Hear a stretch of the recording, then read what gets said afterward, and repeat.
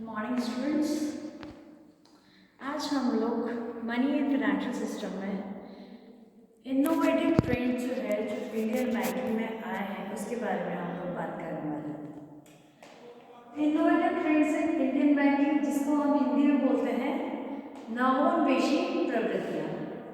भारतीय बैंकिंग में क्या क्या बैंकिंग के अंतर्गत नए नए सुधार हुए हैं, इनके बारे में हम लोग बात करेंगे। चलिए, इसमें बात करने के पहले हम लोग ये बात करते हैं कि ये इनोवेटिव ट्रेंड जो है इनकी जरूरत क्यों हुई है। व्हाट इज बेसिकली नीड कि ये नवोन्मेषी प्रवृत्तियां लानी पड़ी। ठीक है, इसकी आवश्यकता की हम लोग बात करते हैं। आवश्यकता के बारे में बात करेंगे तब बात होगी पहली बात ये क्या,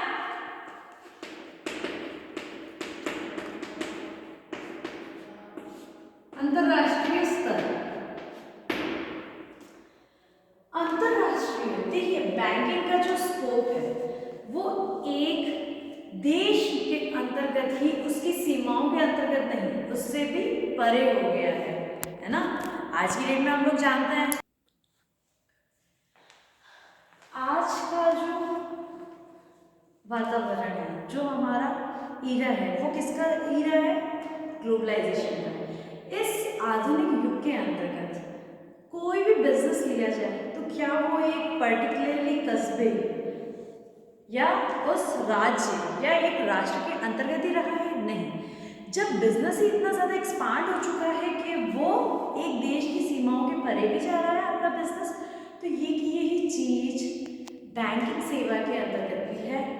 बैंकिंग भी जो है उस एक ज्योग्राफिकल बाउंड्रीज के अंतर्गत ही नहीं, वो उसके परे भी हो चुकी है।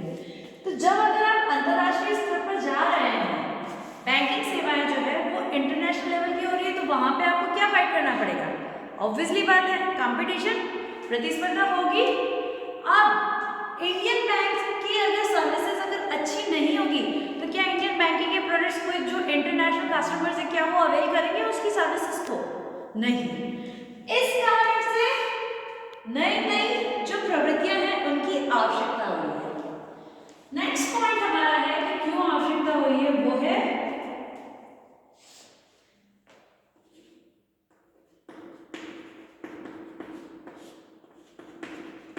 सरकारी एवं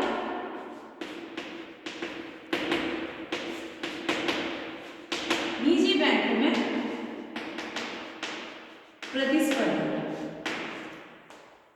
जानते हैं हम लोग, देखिए फॉरेन बैंक्स की तो हम लोगों ने बात ऑलरेडी कर चुके हैं। अब जो हम बात कर रहे हैं वो कर रहे हैं हमारे जो गवर्नमेंट या नेशनलाइज जो बैंक्स हैं उनका कंपटीशन किससे हो रहा है? जो प्राइवेट बैंक्स जो है। देखिए हमेशा जब भी कंपटीशन किया जाता है तो प्राइवेट बैंक्स जो होते हैं उनकी सर्विसेज लिया जाए या उनका कस्टमर सेटिस्फैक्शन लिया जाए वो हमेशा ज़्यादा होता है। वो बहुत ही अच्छे तरीके से उनकी सेवाएं प्रदान करते हैं, प्लस उनका जो उपभोक्ता को संतुष्ट करने का जो है वो भी उनका लेवल जो है वो ज़्यादा होता है एज कंपैरेटिवली सरकारी नेशनलाइज बैंक है। तो अब इन दोनों के मध्य कंपटीशन है। अगर ऐसा रहेगा तो सबके सब हमेशा निजी सेक्टर में ही जाएंगे, है ना, प्राइवेट सेक्टर में ही जाएंगे। अगर ऐसा रहेगा तो अब क्या है कि सरकारी बैंक अगर ऐसे चलेंगे तो ये घाटे में जाएंगे। इस कारण से इनको कंपटीशन देने के पर्पज से जो नॉवेल्टी और जो न्यू ट्रेंड जो है, जो प्राइवेट बैंक्स जो ला रहे हैं वो सरकारी बैंक भी फॉलो कर रहे हैं। नेक्स्ट,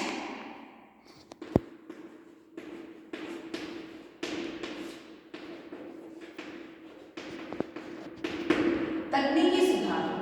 देखिए गॉन आर द डेज जब एक कस्टमर बैंक जाता था, पैसा वहां पे जाकर के लाइन में खड़े रह करके जमा कराता था या निकालना होता था तब भी वो लाइन में खड़ा करके और वो वहां से पैसा निकालता था।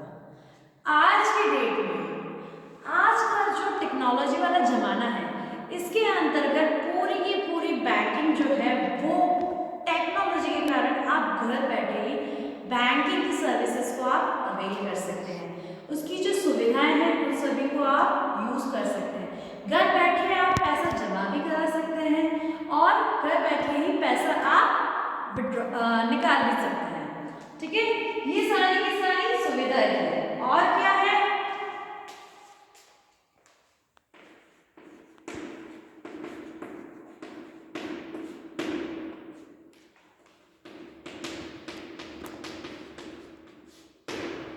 उपभोक्ता संतुष्टि।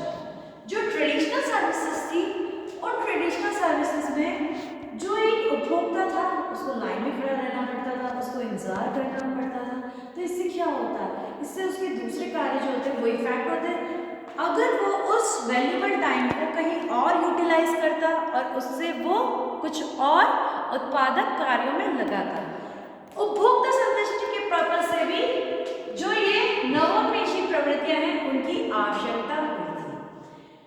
Basically these are the needs जिसके कारण से इनोवेटिव ट्रेंड्स की आवश्यकता हुई है इंडियन बैंकिंग के अंतर्गत।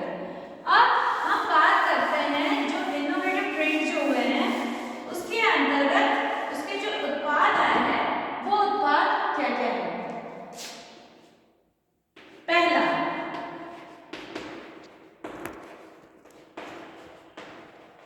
रिटेल बैंकिंग जिसे हम कहते हैं खुदरा बैंकिंग।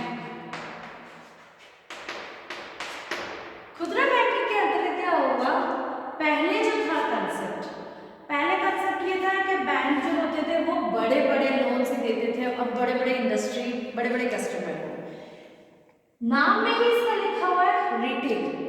रिटेल हम लोग जानते हैं, हम लोग कॉमर्स के स्टूडेंट हैं। रिटेल वाला जो होता है वो उसकी पहुंच क्यों कंसेप्ट को आया है, वो छोटे से छोटे ग्राहक तक बैंकिंग की सुविधा पहुंच पाए, इस कारण से रिटेल बैंकिंग का कंसेप्ट आया था।